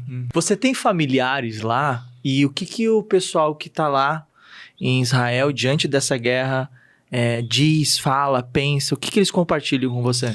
Vamos lá, tem muitas ideias entre as pessoas, né? Mas a maioria das pessoas que são a favor de levar a paz para Israel não são a favor de negociar com terroristas. Aliás, os mais de esquerda são a favor de ter que parar a guerra, e porque isso também é a matança e tudo tal. Todo judeu não quer guerra. Quando a gente fala em continuar uma guerra, não é que a gente quer ver matança ou quer ver pessoas sofrendo. A gente quer terminar com o terrorismo. Para a gente ser bem claro com as pessoas que estão nos assistindo. Quando eu falo que eu sou a favor de que tem que terminar uma guerra, isso, meus primos que estão na Tzavá, que estão no exército, pensam igual. E eles estão lá, gente. Eles acham que eles não querem voltar para casa? Eles também defendem que nós precisamos chegar no nosso objetivo. O nosso objetivo é acabar com o Hamas, não acabar com palestinos. Nós não somos a favor de mortes, não somos a favor de acabar com a vida de pessoas, somos a favor de acabar com o terror. E para acabar com o terror, tem que se terminar o que a gente começou. Se a gente começou mirando nisso, a gente tem que terminar com esse objetivo. Então, quando vocês escutarem de judeus tem que continuar a guerra, jamais interpretem que judeus são a favor de guerra. Muito pelo contrário, nós judeus somos a favor da paz. A gente canta, diz todo dia, ao ser Shalom Imromav, cantei no comecinho do programa, da vida. Judeus são a favor da vida. Não tem nada coisa mais linda do que a vida de qualquer indivíduo, independente se ele é judeu ou não. Mas nós precisamos acabar com o objetivo. Uma meta foi traçada, ela tem que ser atingida. Muito bom. Uma vez eu vi uma frase que é maravilhosa, que diz que se Hamas abaixar as armas, a guerra acaba. Se Israel abaixar as armas, Israel acaba. Você sabe quem disse isso? Foi Golda Meir, em 73. Golda Meir disse isso, a primeira-ministra Golda Meir disse isso. E eu discuto um pouco com ela. Fala, escutaram a frase? Fala aí, diretor, pode falar. A frase é: se Hamas abaixar as armas, a guerra acaba. Se Israel abaixar as armas, Israel acaba. Eu digo que eu concordo 50% com essa frase. Se Hamas abaixar as armas, a guerra acaba. Se Israel abaixar as armas, não necessariamente Israel acaba, porque está tudo na mão de Deus. Então isso foi falado por uma pessoa que tinha uma vida muito mais laica do que religiosa, e nós acreditamos, quem lê a Bíblia sabe que as guerras que Josué fez, e vários outros reis de Israel, não são lógicas, não batem com raciocínio, só podia ter a mão de Deus por trás. Então dizer que se a gente baixar as armas, a gente não é mais um Estado, a gente não é mais um povo, isso não é 100% verdade, é só uma parte verdade. Muito bom. E isso é muito respondido diante da história. Porque quando a gente vê diante da história, desde Yom Kippur, desde os 7 dias, lá da Guerra dos 7 Dias, e todas as... 6 dias, perdão. Desde a Guerra dos 6 Dias. E todas as guerras que a gente viu, e os ataques que Israel sofreu, como que pode um país tão pequenininho, diante de... 6 países, todos eles vindo...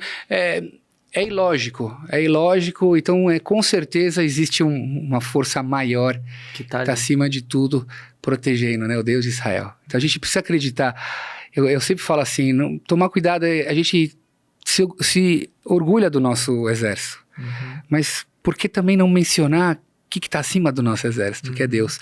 E a gente está vendo um movimento muito bonito, até dos soldados de Israel se aproximando para o judaísmo. Você vai ver, colocando o tzitzit, aquela roupa que a gente usa de 4 pontas, rezando com o tefilim todos os dias, mais ligados com os estudos da Torá. Então a coisa mais linda de se ver que é, eu tô com as armas, eu sou o exército, tô na linha de frente, eu sou o sniper, eu vou matar os terroristas. Eu não sou ninguém sem o meu Criador, sem o Deus. Eu tava vendo alguns vídeos mostrando que, mesmo diante desse cenário de guerra, eles param. Eles estão ali adorando a Deus, rezando, buscando. É lindo. Muito bem. Vocês gostaram? Não foi bom? Falei que ia ser bom? Não falei que a gente ia se aprofundar nesses assuntos tão sensíveis acerca dessa crise no Oriente? E nada melhor do que estar aqui com o Rabino, né? Obrigado. Muito obrigado uma pessoa que tem pelo convite. Experiência, viveu lá, e se você quiser aprender a falar hebraico, você dá aula de hebraico? Como é que faz? Eu dou aula de alfabetização desde o começo, né? Principalmente em jovens, desde a alfabetização curiosidade de falar até o hebraico mesmo, né? E eu gosto muito do hebraico bíblico, porque uma pessoa que domina bem... Tem o antigo e tem o Lashon HaKodesh, que é a língua sagrada, a língua da Torá, e tem o hebraico moderno, né? Eu ensino os dois. Eu tenho alunos que querem mais o hebraico bíblico, e eu tenho alunos que gostam mais do hebraico falado, mas eu acho importante você ter a mão nos dois, porque você, por exemplo, sabendo bem o hebraico bíblico, você consegue destrinchar as palavras e conseguir chegar nas palavras do hebraico moderno. A sua família fala hebraico em casa? Você não. Teve essa facilidade ou você teve eu acho que ir pra lá pra eu tenho a facilidade por conta de estudos. Por causa do tempo que você passou lá também. Morei 3 anos em Israel, mas antes disso me aprofundei muito em estudos judaicos, em livros, em hebraico. Sempre fui um cara eu preciso aprender o máximo de vocabulário possível. Anotava para mim palavras, decorava, e eu não vou até saber todas as palavras. Então assim, você vai adquirindo bagagem, né? E foi assim. Também minha vida toda dei aulas para crianças em sala de aulas, em várias escolas. Então isso vai te dando muita bagagem para... Vai trazendo repertório, né? Para poder... Porque, na verdade, o aprendizado de uma nova língua é repertório, né? É você ter conteúdo, insumo, né? Na hora de você falar, você vai juntando. Porque juntar isso é mais fácil quando você tem o repertório. Exato, tem que ir juntando. Aliás, eu tenho um programa no YouTube, depois dá uma olhada, chamado Hebraicando com Moré Mirra. Comigo você aprende brincando. Ah, que da hora. Legal. Então, eu vou para diversos lugares e eu falo palavras em hebraico.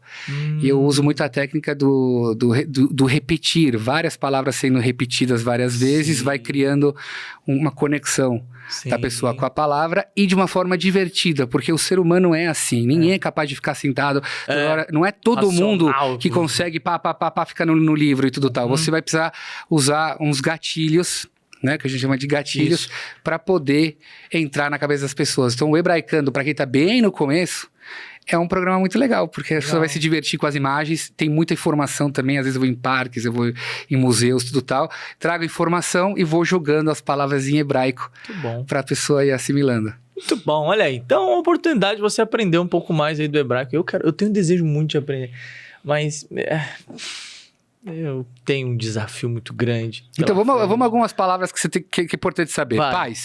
Paz. Como? Shalom. Shalom. O povo de Israel vive. Tem que saber também. Ai, meu Deus, vai. Am Israel Hai. Am Israel Hai. Am Israel Hai. Am Israel Hai. É isso aí. O povo de Israel vive. Am Israel Hai. Fala, Igor. Não, Amstalém não. Amstalém. O povo, Israel, Chai, tá vivo. E tem que ser força, tem que ter... Am Israel Chai. Amstalém, Hai. O povo de Israel vive. Amstalém, Hai. Shalom, paz. Shalom. São palavras que vocês vão ver muito aí. Shalom. Rodando nas Shalom mídias. Adonai. Adô que você falou, eu não falo porque é o nome de Deus. Quer dizer, paz, Deus, paz de Deus. Ah, tá. Então, esse nome que você falou, a gente só usa na hora da reza. Então, a gente não fala assim, esporadicamente, só na hora de ou estudo. Tá bom, eu tô perdoado. Não, eu sou ignorante, eu sou ignorante. Não, você não tem que saber mesmo isso. Tá bom. Pessoal, aprendemos muita coisa aqui hoje e eu tenho certeza que você sai daqui com uma transformação aí da sua mentalidade, dos seus pensamentos e busque o conhecimento, estude, leia. E eu acredito que com a informação correta a gente vai falar melhor, a gente vai pensar melhor, a gente vai agir melhor.